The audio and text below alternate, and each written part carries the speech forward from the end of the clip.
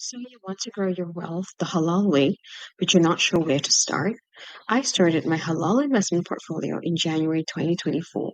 Made some smart moves and some not so smart ones. But every step has been a learning experience. It's like swimming. You can't just learn to swim from outside the pool. You've got to jump into the pool and learn some of the steps before you can learn to swim. So, as a Muslim woman, I knew I couldn't just follow mainstream investment advice. I needed to make sure every dollar I invest aligns with my values, is Sharia compliant, riba free, and intentional.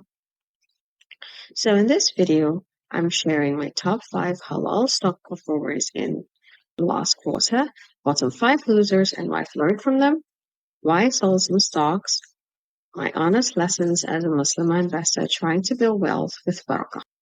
I didn't start investing blindly. I spent months learning from books and courses, but most of the time they were not made for Muslims like us.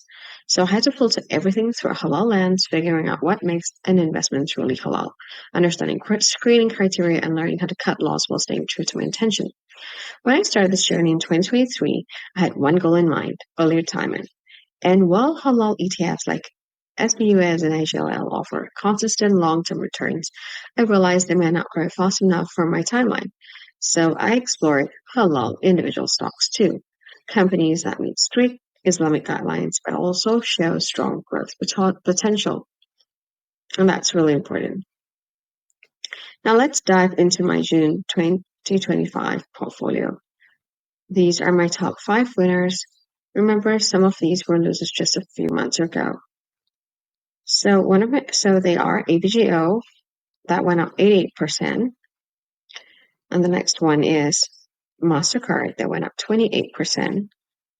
And then it's Nvidia, that went up 59%.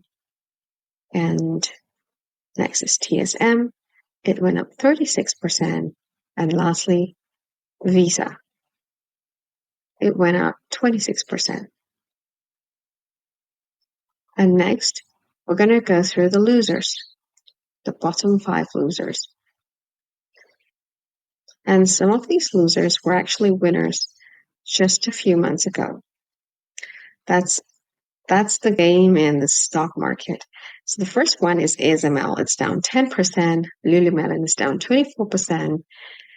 Next is Qualcomm.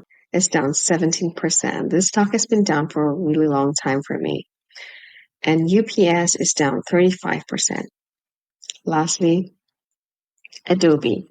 Adobe is down 19%. So these are some of my sells. I sold APD because they have free cash flow issues that I have been noticing for some time. I sold Alta because they have a narrow moat and I was in the midst of changing my investment strategy. I sold Nike because I didn't see the potential. I'm not saying there's no potential, but it's just my personal opinion. I sold Hershey because it potential, but performance has dropped for a few quarters already. And PHM, I didn't see the near-term potential. Disclaimer, this is not financial advice. Please do your own research before investing.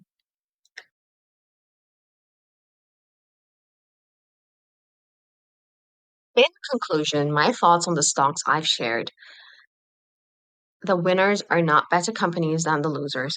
They're all good quality companies, and most of their fundamentals remain strong.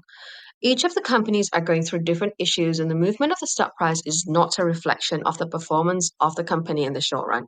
For instance, ASML is a cyclical company. It is a monopoly in its industry.